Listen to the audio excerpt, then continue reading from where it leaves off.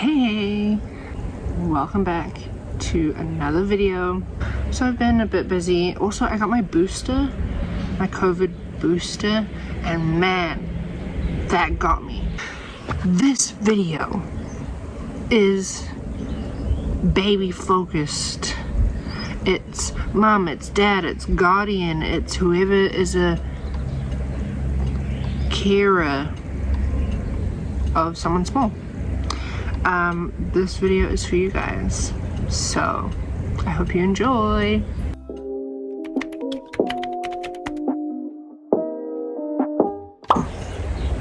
Right, let's get into it. This video is like a two-in-one special. So I thought that I'd do just baby essentials for the first year, what I think were my essentials. Everybody has different ones. This is what I used as a first-time mum and also a young mum. I feel like obviously there are younger mums than me, but I feel like in today's society, having a baby at geez, how old was I? Oh, 24. Having a baby at 24 is quite young. I feel like a lot of people choose to be, or society, you know, points them to be a lot more career focused nowadays, which is great. If that's what you choose, that's awesome. Love that. So backtrack. This is just coming from being a young mom, being a first time mom, and so, you know, I wanted to get a lot of bang for my buck. I wanted to make sure that I had, you know, the right things. So let's get into it. When it comes to clothing, surprisingly, and again, this depends on, you know, where you're living, who you've got as a support system. I was really lucky that even though I didn't have my immediate family around, I had so many great friends. Shout out to the Hong Kong aunties. Clothing wise, for me, I didn't have to buy a lot of clothes simply because so many people gifted us clothes. One of my husband's work clients gave us this huge box, literally like this big, filled with some of her baby's clothes.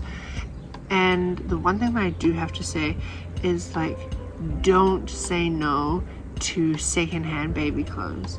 You know, obviously make sure that they're clean. You can wash them 2 or 3 times, whatever makes you feel better. When they're newborns, they could literally wear a piece of clothing once and then they're too big for it. So if you are mum trying to be cost effective or just trying to go more into slow fashion, secondhand clothes, highly recommend it. It was great.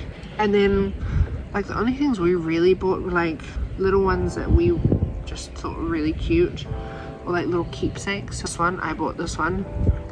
It's got bubble tea because she was born in Hong Kong and I love bubble tea. Essentials, loads of these. When they're new, even up until the first year, they'll go through like maybe at least 2 of these a day because you just get messes, you get spit ups, you get punamis. You also need the long ones. When they're little, they really feel the cold, I feel like. And these are great because the hands flip over. So that's good because sometimes babies like scratch their faces. Also, side note, this is what she came home in from the hospital. Aww. Hats, very important. You have to keep the head warm. Don't go getting like loads and loads of hats if you don't want to.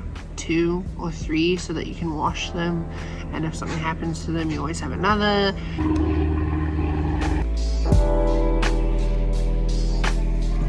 This is a teeny tiny hat that she came home in, a waterproof blanket thing. So I'd pack this in like my nappy bag when I go to places, because you never know what germs could be on there. Also, you never know when you take off your baby's nappy that they'll pee or poo. Also, what we used this for, fresh air time where she wouldn't have a nappy on, just because, you know, you want to prevent nappy rash. And sometimes just having a nappy and being like enclosed all the time is, yeah, it can be annoying. So this is really cool to just lay on top of cushions or something and have some fresh air. Hello kid. Dog break. I know. Sorry about that. Dogs. Another essential. Bibs. Can't get enough of them. Get loads. You just need them. It's been a whole year. We still need them. Swaddles. So this one is like a huge just square muslin swaddle. There's more swaddles than just that. We had loads of, there's like zip up ones, there's velcro ones, there's these ones. Though we did have one preference. I think it's from a company from Love to Dream. I think that's the name of it. And it's these zip up ones. Those were the bomb. They were great. They were so easy to do, and they come in like different, they call them togs. So like they come in a really thin fabric for if you are in a hotter place, or if it's summer, then they come in like a thicker fabric for winter, and so on and so forth. So that was really good. I think it's Love to Dream. I'll put a picture of what it is right here. So good. Love them. Other essentials, obviously a form of milk, whether that's breast milk, formula, combination. I think one of our other essentials was definitely a co-sleeper sort of mattressy thing. We used a dock like this. She loved that thing. Co-sleeping for us, I know everybody has a different view, different choices, way that we all got to actually sleep. Ergo baby carrier like this. She loved that thing. As soon as she'd go in, she'd be like sleeping, she's out. A stroller. We got a Baby Zen yo-yo. Game changer. I'll put it here. Baby Zen yo-yo number 2, I think. So good. If you're in the city, the yo-yo is so compact. Say hi. She just woke up.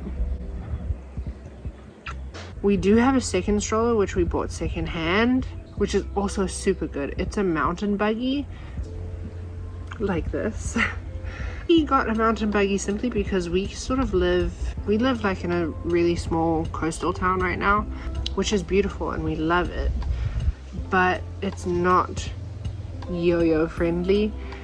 And so the mountain buggy means that we get to go take her out on walking trails, you can go running with it. Oh, I also have one more essential.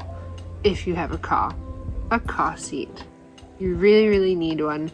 I definitely needed and wanted to do research on different car seats and make sure that I chose the safest one for her. Right now she has an Infa Secure, so it's one of those convertible car seats. I mean, it feels like an investment almost. So yeah, you do pay more money up front like the first time, but it's a one-time cost, and then that car seat will last you for a really long time.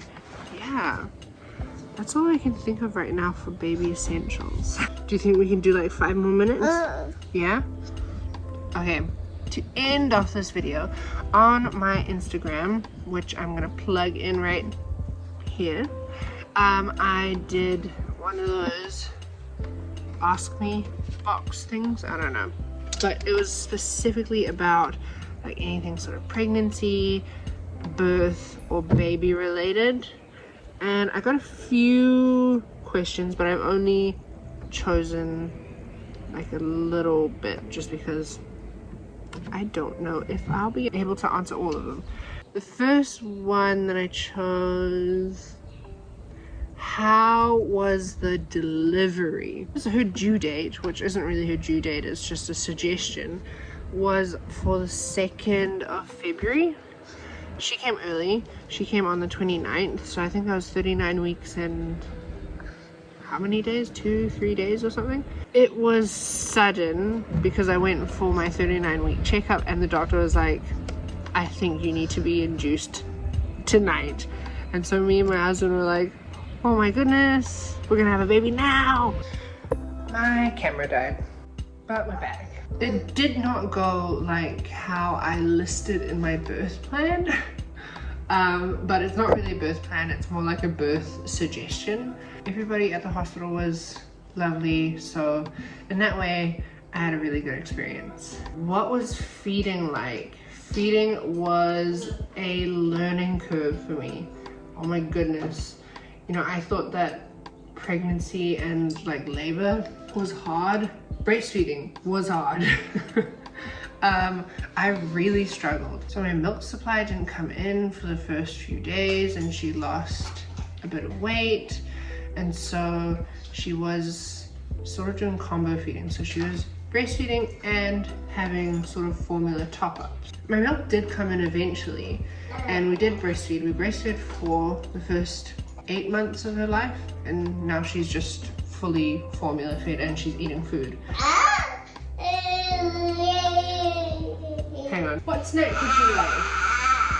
From the snack box. There's this sort of like underlying guilt as a mum that you have to breastfeed your child, because as the old saying goes, breast is best. But like I said earlier in the video, I think the new saying is so much more applicable in that a fed baby is best, because yeah, some people really struggle, you know, and everybody has their own experiences, and I think it's just really important to be patient and be kind to yourself, also being patient and kind to others, and just understanding that you might not always know what people are going through. And after maybe the first like 8 weeks or something, we got into a groove, and then it was pretty good from there. How many weeks did you have your baby at? I think I sort of answered that in the delivery question. 39 weeks and 2 days, I think. Okay, this is the last question I'm gonna do. What has being a mom taught you? This is a good one. I think being a mom has just taught me and shown me more about just love. I don't know, it's so cheesy to talk about. Like, I'm sure when I rewatch this, or when people watch this, they're gonna be like, oh, that's super cheesy and cringe. But yeah, being a mom has just taught me so much more about love. Like, love is like a million times bigger than I ever even fathomed it to be. Yeah, love is just so much bigger and so much better and so much more powerful than I ever thought it could be. To end this video off, I'm gonna give a secret last essential. Is self-love, kindness, patience, self-care. Those are really the secrets, you know? You, as a parent or as a guardian, you have to take care of yourself. I was not good at doing that in the beginning, and everybody had to remind me. And so now I'm taking it on board, and I think it's really working. Not only that, but you know, just take the time to really enjoy every single moment, because you'll blink an eye and then they're almost one. So those are my secret essentials right at the end of the video. I hope that you guys enjoyed this. This was very much just like a talking to the camera video. I'm pretty sure the next video will be a bit more adventurous. I really enjoyed sharing snippets of my experience of being a mum, having a baby. See you guys in the next video. Bye.